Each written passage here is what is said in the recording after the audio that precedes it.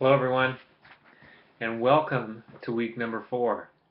This is the YouTube version of the weekly announcement. So if you've already watched the Panopto, you are welcome to see this again, or just know that this is just a repeat of the other information. I started off by saying that we are really off to a terrific start. Your discussions are very insightful, and clearly you're putting a lot of thought into your work. I applaud you for that because, again, what you get out of it, what you put into it. So make sure that you continue to invest in the course and in the readings.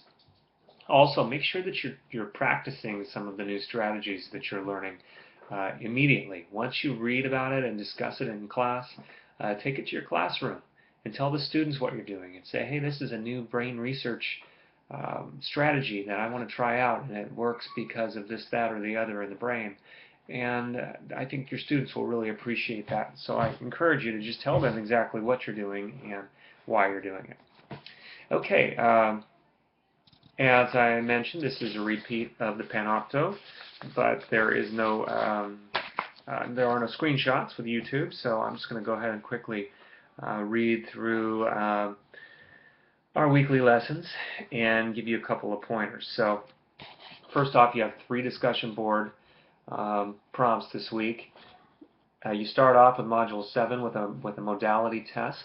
Make sure that you look at Practitioner's Corner, pages 63 to 65, do the test, and then your first discussion board is about examining the test results and reflecting on your sensory preferences.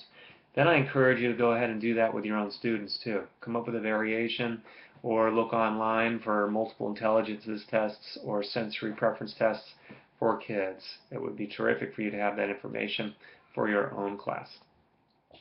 The readings, that's all pretty self-explanatory. Make sure though, the first one, reading chapter 2, 41 through 60, you want to read quickly.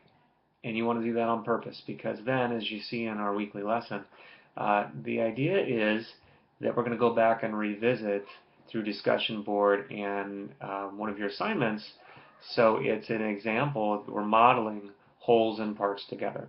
So make sure that you do that and reflect on how it works for you as a learner, because some of you are global learners and some of you are logic learners, and both of your needs should be met with this approach. Then you need to read chapter 3. In module number 8, you have an analogy assignment. And just take a look closely at that assignment. You need to have a graphic or a picture. And you need to make sure that you include all of the key pieces that are in the weekly lesson. Excuse me. So just double check and really check off that you have everything on the assignment before you hit submit assignments on the link. Also make sure it's a Word document, and then take a look at my weekly announcement piece that I put on Blackboard this week, because I have some APA citations and references and some formatting models that I think will help. Overall, we're doing a good job with APA, but take a look again because there's a little bit of fine-tuning we need to do. Then you get into module number 9, and you have 2 discussion board prompts here. The first one for module 9, but the second one overall, says, how do you compensate for the capacity, not the attention span, of working memory for the grade level you teach? So this is about chunking. So take a look at that. That focuses on chunking. Gives you some page numbers that can help you out if you need some assistance. And then your third discussion board prompt overall is explain the roles of and the relationship between sense and meaning. So sense and meaning. How do you make sense for students and make it meaningful? And you'll see that's the topic for that third discussion board. Remember to always post your discussion boards by Thursday night, and always have your responses done by Sunday morning, or by Sunday night, excuse me, by Sunday night. And all of you are doing an excellent job with those deadlines. Finally, you see that there's a major assignments connection, or the brain compatible unit that's due at the end of the course in week 8, does have a requirement for you to provide sense and meaning to your unit. So really be thinking about your sense and meaning piece and how it could fit into your unit. And then take a look at the sample units that I put on course content. So look in course content, you'll see a sample unit for transitional kinder and a sample unit for high school. Use those as references. You'll see how other students organize the information and how they put their thoughts into their writing in a successful manner. So that'll give you some ideas for formatting and expectations as you finish your own assignment.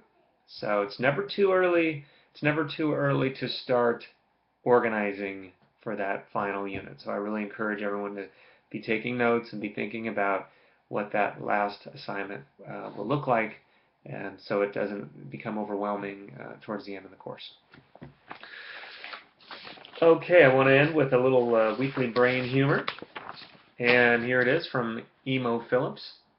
I used to think that the brain was the most wonderful organ in my body. Then I realized who was telling me this. With that, have a wonderful, wonderful week, and I will see you in our virtual classroom. Take care, everyone.